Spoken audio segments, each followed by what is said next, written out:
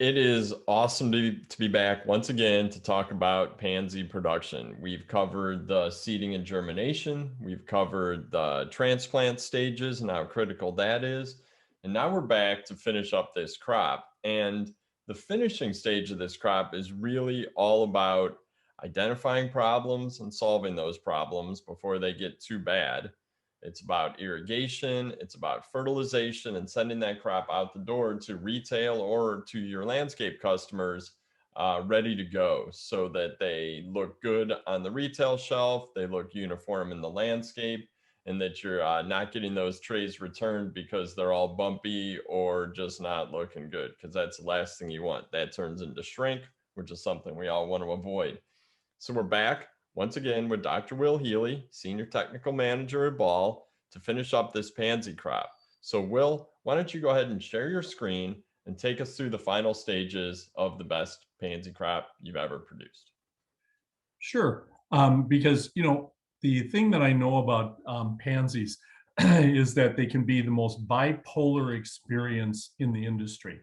Either you find that you have a wildly successful no-brainer, you plant them 100%, they finish uniformly, ship them in one day, and they're perfect, or they're basically nothing but a challenge all the way through to the end. And a lot of it has to do with following some of the key subtle little nuances of why do good pansies go bad. So we're really going to spend some time in this presentation talking about how you prevent good pansies from going bad. Does that seem like a good approach, Bill? Yep. Because you're trying to finish pansies in the fall under the heat, under the stressful conditions, and probably the worst growing conditions for a pansy, so that the consumer can have a great product all the way through the fall and the following spring. So we're doing all the hard work so that they can have all the enjoyment. When you're doing spring pansies, they're a lot easier. It's just that they're with you forever. If you look at a pansy crop for the fall, if you're pretty much 4 weeks and you're pretty much planted done, or you should be. It might be 5 weeks, but usually it's about 4 weeks.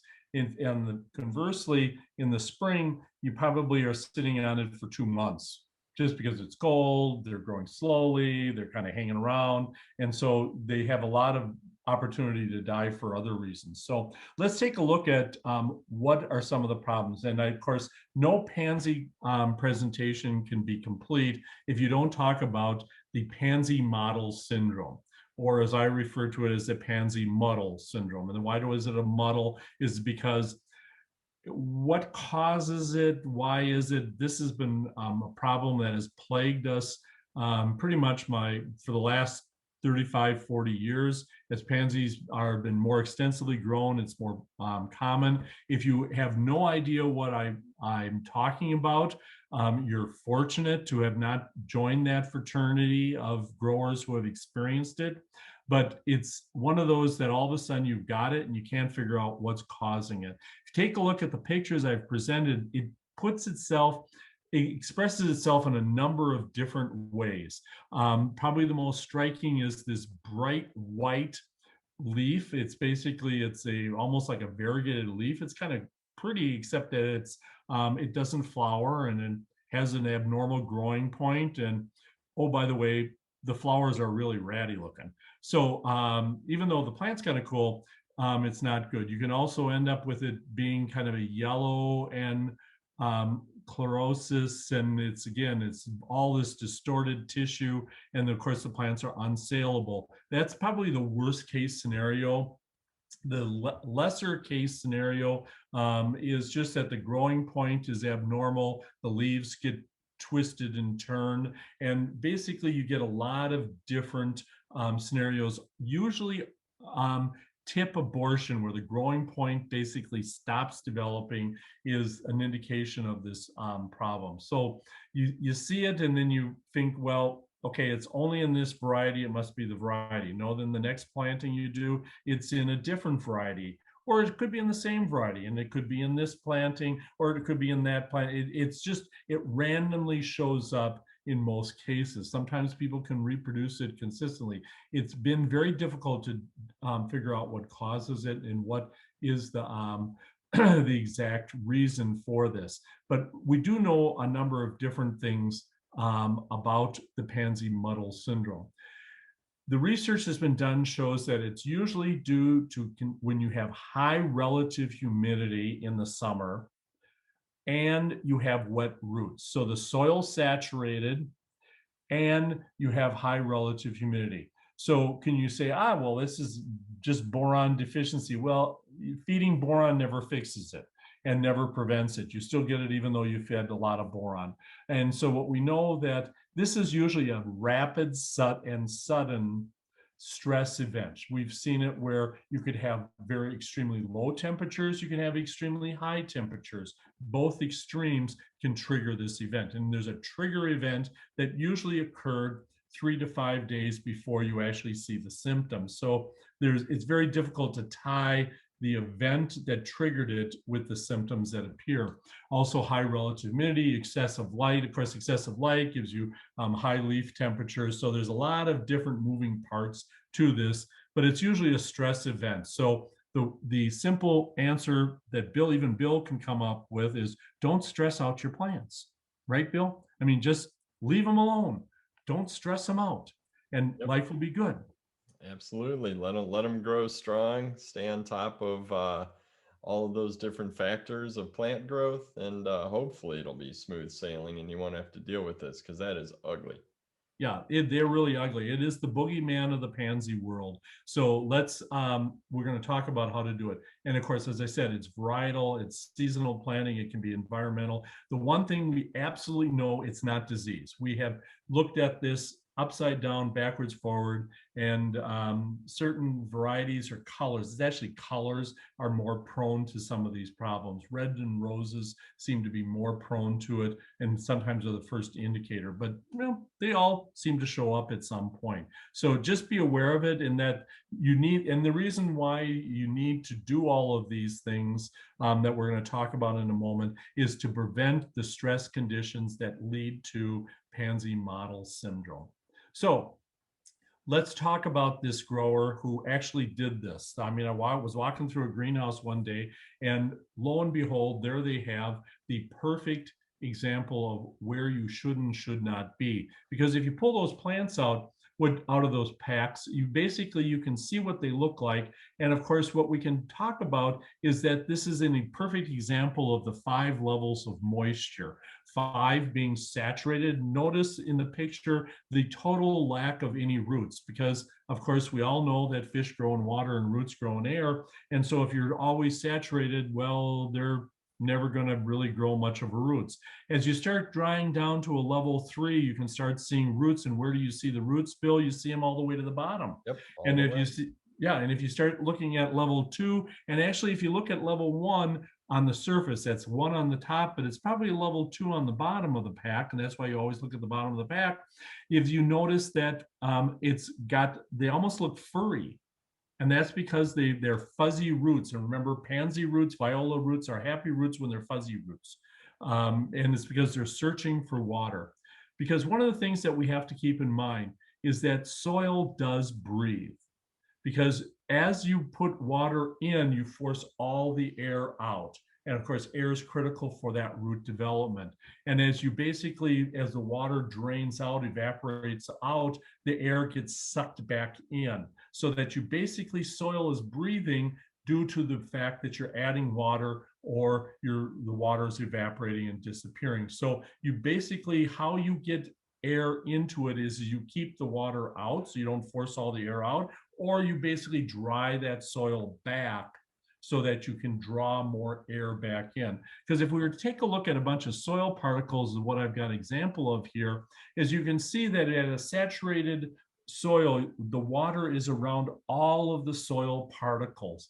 As you go to a level 1 where there's very little, if any, free water present, you'll see that there's just nothing but air. But of course, then the roots die because they need the water. So you really need to be in that level, water it up to 4 and dry it back to a 2. So you stay away from 1 and 5 because those are not happy places.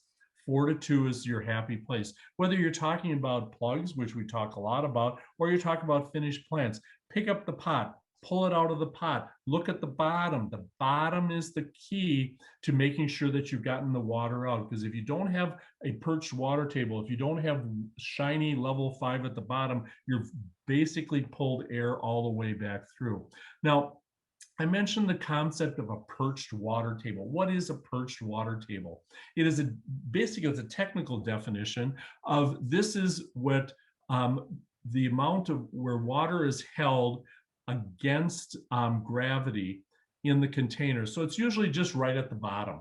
And you can tell that you've got a perched water table because if you knock the pot out of there, you'll actually see free water. You can actually squeeze and you can easily get water out of that bottom, quarter inch, eighth of an inch of that pot will have perch. And then of course the water is moving due to capillarity back up. So if you've got a very short, a shallow pot, you basically can be very wet all the time. If you've got a taller pot, it's not so much. Now, the problem that you run into is the roots basically look for water until they get to that perched water table and they won't really develop well in there. So you need to dry that perched water table out to get the roots to grow into there, because remember, you need to have air present to get the root growth. So you basically have the roots grow down, and when you get the roots down, the beauty of having roots at the bottom of a container is that they'll remove the perched water table so that when the water basically due to gravity goes to the bottom of the container, if you've got a good root mass at the bottom, it basically sucks all the water up. That's why we always talk about trying to get the roots to the bottom of the container within 7 days in a pansy crop. So that what you have is that you then can water it much more easily because you don't have to be worried about having too much water and not getting roots to the bottom.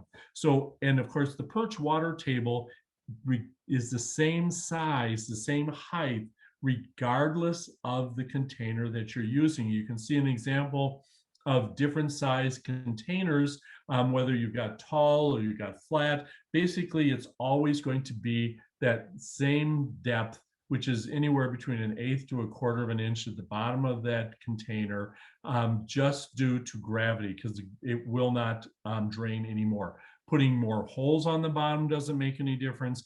Putting fewer holes, it just basically it's held there against gravity and will not leak out. So you really want to be aware of that perched water table because it's an integral part of watering. And how do you know? Knock the plant out of the pot. Good growers always look at the bottom of the pot and the top and make a watering decision based on that.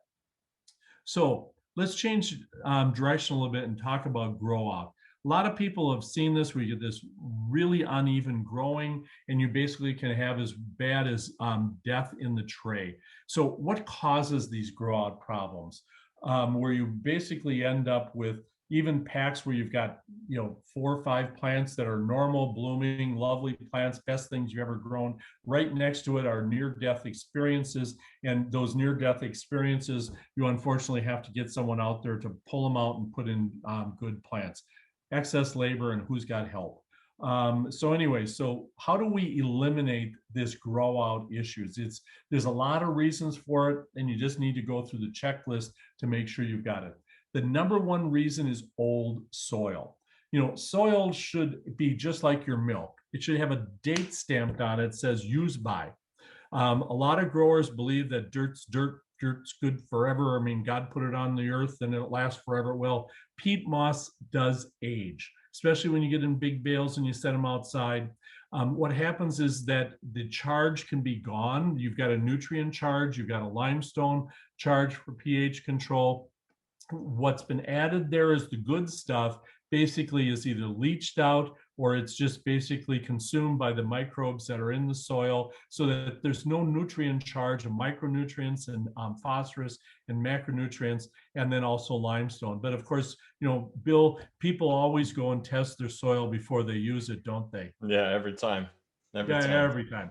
And of course, if they don't want to do a full nutrient test, at least do a pH and EC, because that will tell you a lot. Because if you've got controlled release fertilizer in there and you believe you have it and you do an EC test, you should have an EC. If you have no EC, guess what happened? The controlled release formulation, the CRF, is gone, so that you don't have that fertilizer that you're depending upon to get the plants growing well. Probably the most common problem is the wetting agent.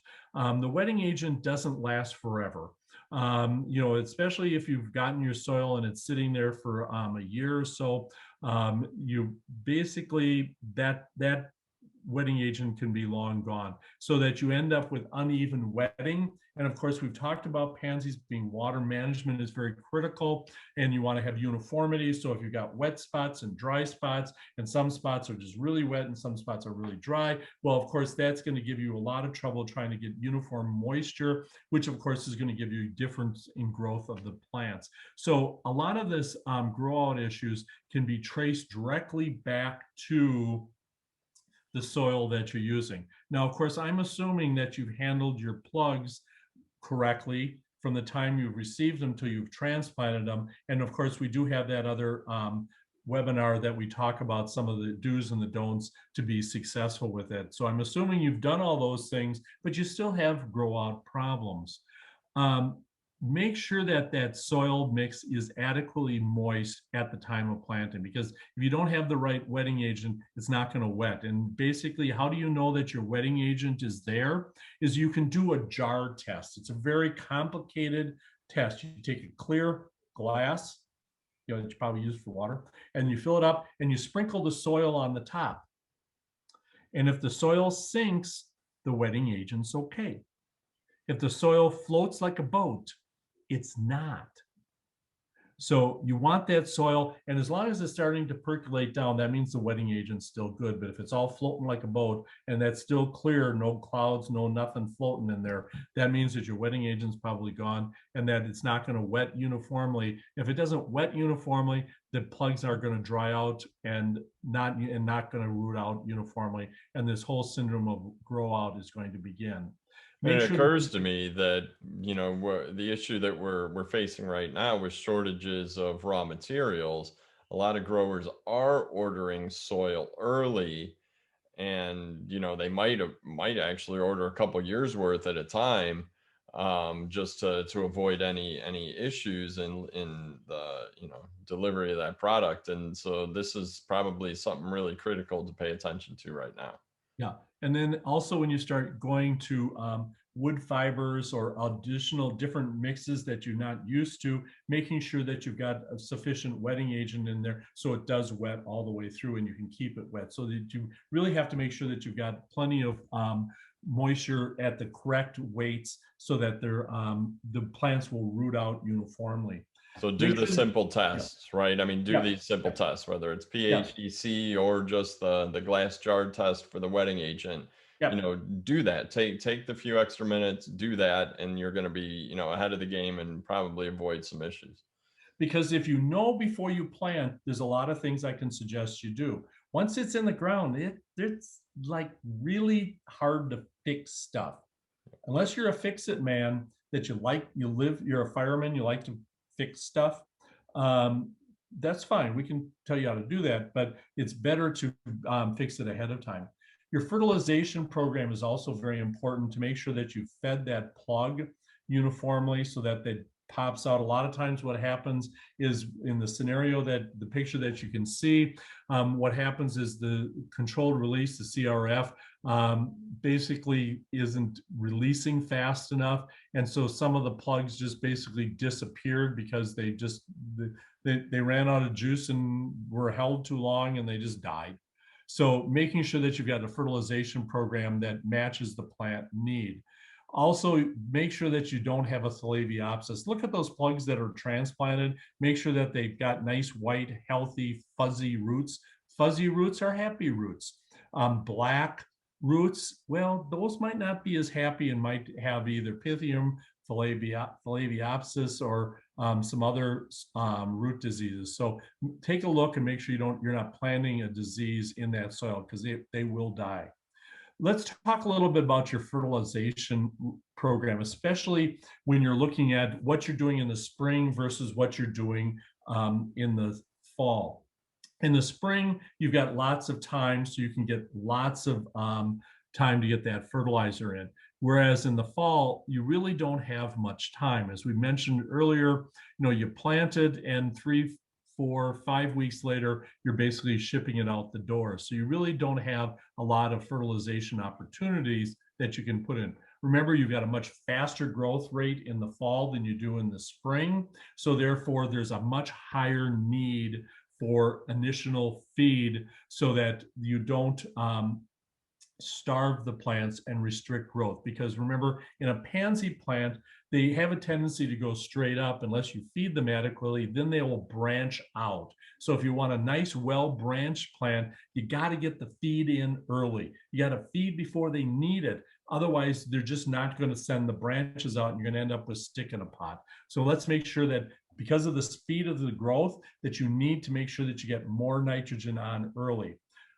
Nutrient requirements are all about feeding before you need. In the spring, you got plenty of time. They're not going to need, they're growing very slow. So there's a long time to get the nutrients in. They're just moving slower. So you can feed them slower. Whereas in the fall, you got to feed them fast, and you got to get it in there right away. Otherwise, you run out. Remember, the controlled release fertilizer in most cases is for the consumer and landscaper benefit, not for you as the producer. You as a producer have got to get the feed in long before that slow release probably is ever going to start releasing.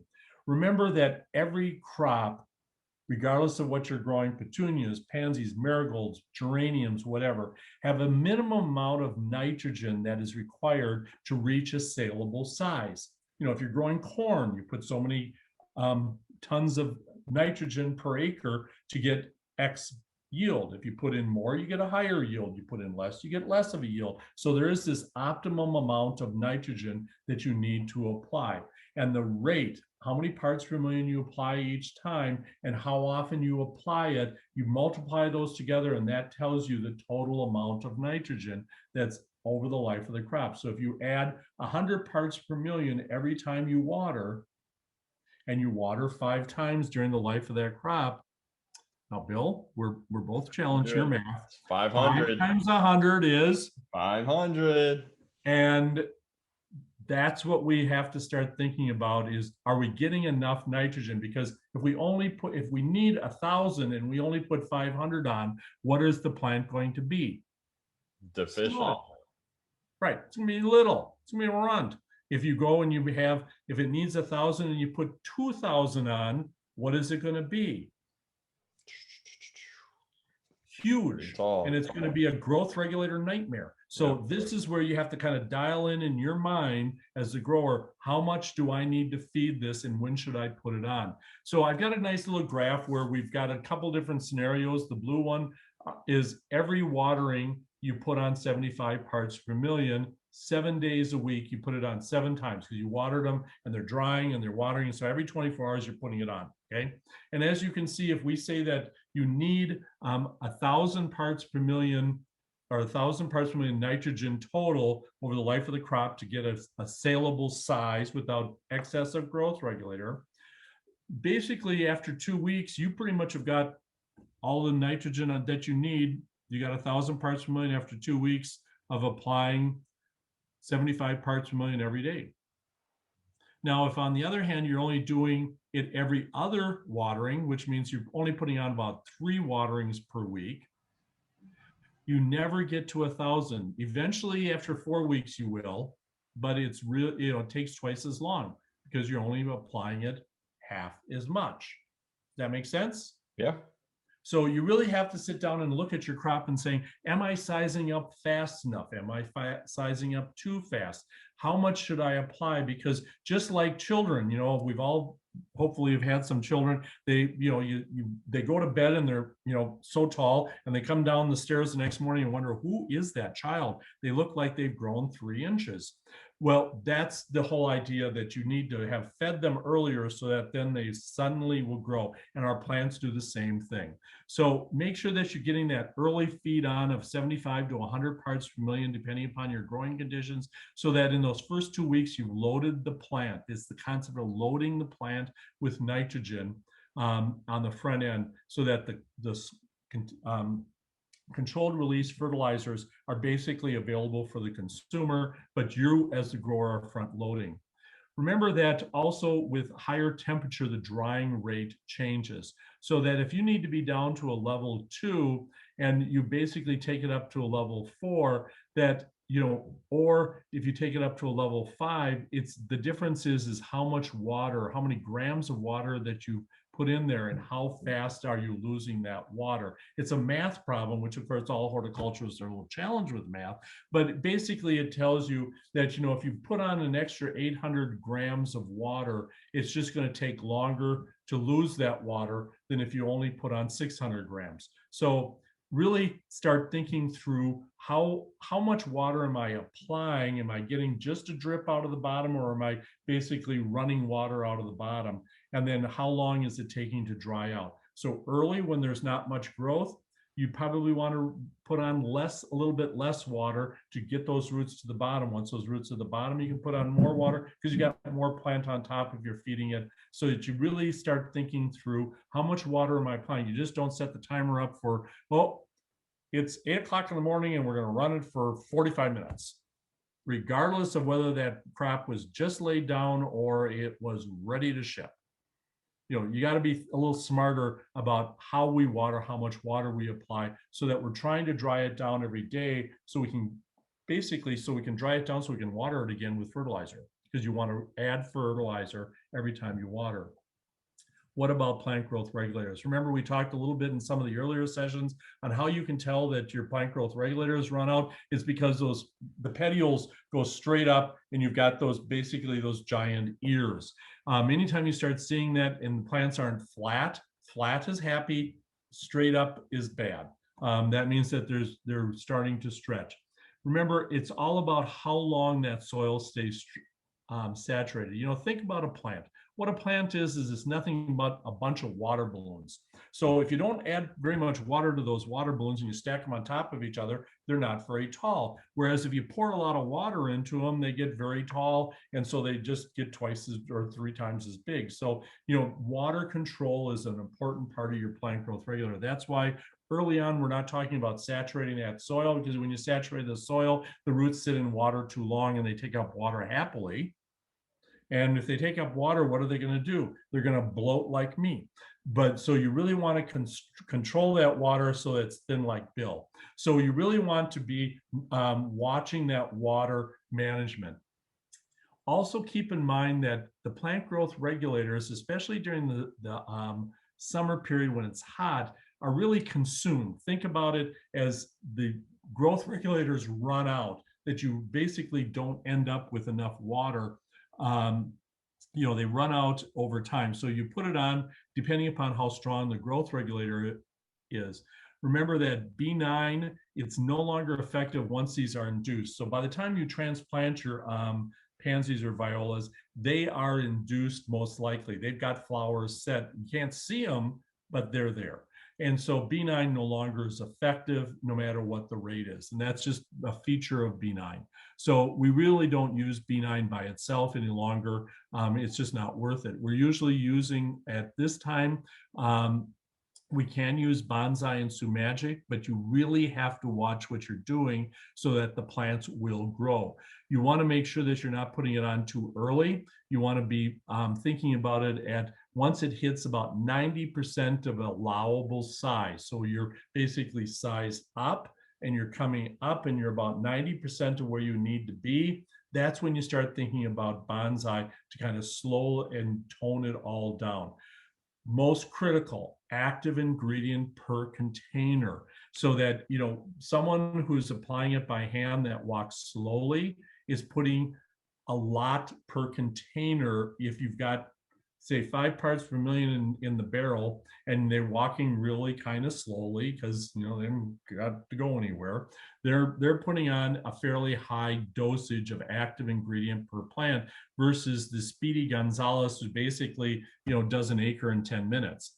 That person is going too fast. So speed controls the active ingredients. So that's good, because if you've got a plant that's got a lot of leaves that are up, spray them slowly. If you've got a lot of them that are smaller, are basically down low, spray them fast so that you have different amounts of active ingredient per plant. Does that make sense, Bill? Yeah, absolutely. Good. So then we want to make sure that you use a spray is preferred when you get it on. Bonsai and Magic have to be on the stem. So you got to spray at an angle. You can't spray down because that just gets on the leaves. And Bonsai Magic is not taken up by the leaves, it's taken up by the stem. So you got to be spraying into the leaves to get it onto the stem. Because if you spray it on the top so it runs down the stem, well, now you got to drench. Okay. And once you get in the soil, you're done. It's basically taken up by the roots and it locks the plant up. So you really have to be very careful about when you spray at an angle, and you basically spray in 2 different directions. You spray down the bench, turn around and spray back the bench, and make sure that you're doing it fast enough so you get both sides of the stem. It's best if you're growing in very hot climates. So if you got July, early August, in the south, that's very good. But as you start going into late August and September, the Bonsai Magic probably will start locking up the plants too much, because now it's going to start cooling down and you're going to magnify the effect. So be cognizant of what the effect of the growth regulator is. A lot of times growers will use a tank mix. And now if you see B9 enhances the A-rest effect. So B9 by itself is not effective, but when you put B9 and A-rest, B9 and cyclocell, both of those work really well. B9 plus Florel, if you see that you're just not bulking out because you forgot to feed them before transplant, you didn't bother to feed them, and you're basically getting the stick in a pot and you want to get more bulk to them, or you only put 3 plugs in a 6-inch pot instead of 4 or 5, which will fill it out faster. The Florel, B9 plus Florel, is very effective. It was more critical in some of the older genetics. When this work, B9 plus Florel work, was done back in the, let's say, the dark days of pansy breeding back in the 90s, they were using some of the really old varieties that didn't branch very well. The current varieties, the series like Matrix, which was bred specifically to branch and branch vigorously, the violas that were bred for branching capability, this is probably not as critical that you use B9 plus Florel. So let's keep that in mind as we're using the correct growth regulator. And again, the Grower Talks article on growth regulator is a good source for rates and timing and additional information. Let's talk about disease management, because disease management is so critical. If you've treated the plugs in the growing stage, you treated them before remember that there's a regular treatment protocol. In the Tech on Demand assortment of literature, there is a Phalaenopsis document that basically goes through the recommendation. If you've had the problem in the past, and those of you who have experienced it and joined that Phalaenopsis fraternity know all about this.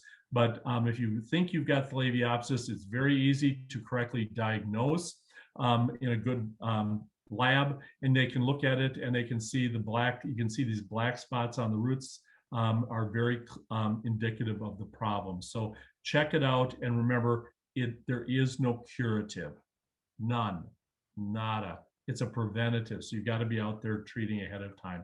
Remember Pythium, and there are preventatives of Phalaenopsis, or if you're in downy mildew world, you've got to bid it on ahead of time. If curative, you can do leaf spots in Pythium. Grower Talks article also has got in a good brochure on how to handle it. Let's talk about this post-harvest prep, because this is really important for success for our customers, because we're not growing them for us. We're growing them for our customers, the landscapers and consumers who put them in their yard and expect the plants to grow and perform. One of the most important things that we can do is make sure that they're fed aggressively.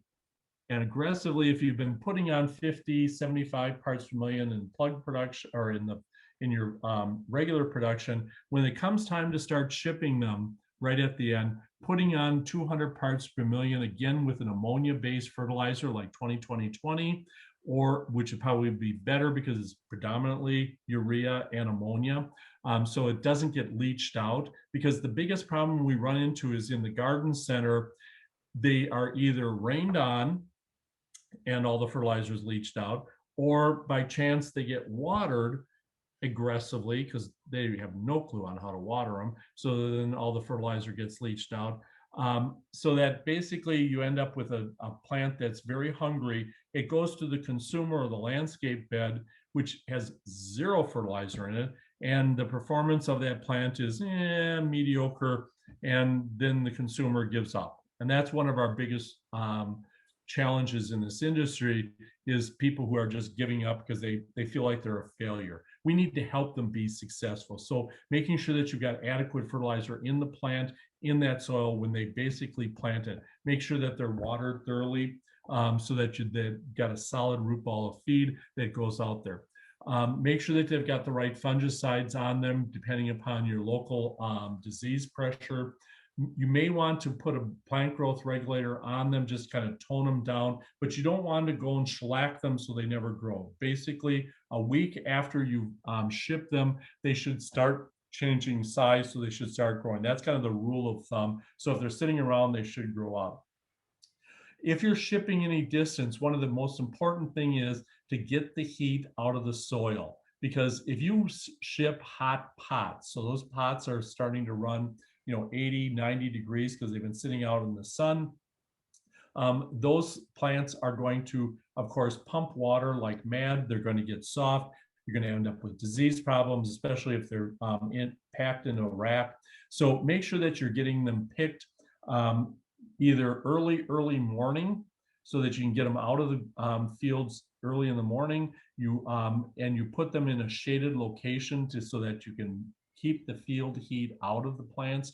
If you've got a cool place that you can cool them down, especially if you're shipping them any distance, that's also very important. And that's all part of getting the shipping, because all of the shipping issues that we hear about from growers usually is directly related to the fact that the soil is running 80, 90 degrees, and basically the plants collapse at that point. So really be focusing on that, those aspects. So hopefully you've gotten some tips, some ideas on how not to experience some of the real challenges that pansies, so you can say, that was easy.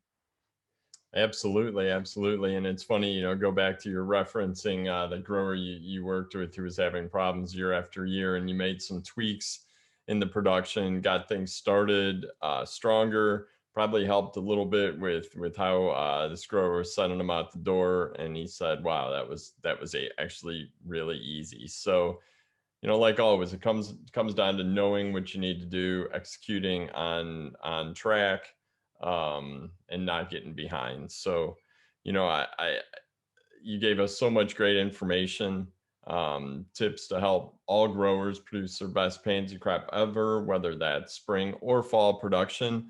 And we'll really appreciate it. Thanks a lot. And good luck with your pansies and violas. It's a great crop. Consumers love it. Absolutely. And before we end, I do want to remind the listeners and viewers that all the resources that were referenced are in the show notes. If you were listening to the audio version, we do have the slideshow available. Those links will be in the show notes, or you can just jump over to YouTube and watch the video if you really want to see some of the great pictures that Will was sharing. And lastly, again, please subscribe to the Tech on Demand weekly newsletter. Comes out every Friday, and we'll keep you up to speed on all the new information that we're sharing, all the folks that we're collaborating with, whether that's university research or all the other companies out there creating fantastic technical tips for growers. I think everybody in our industry wants you to be successful, and we're going to do our best to share those resources on a weekly basis. So again, that's it for today. I'm Bill Calkins with Ball Tech on Demand, wishing you a fantastic pansy season.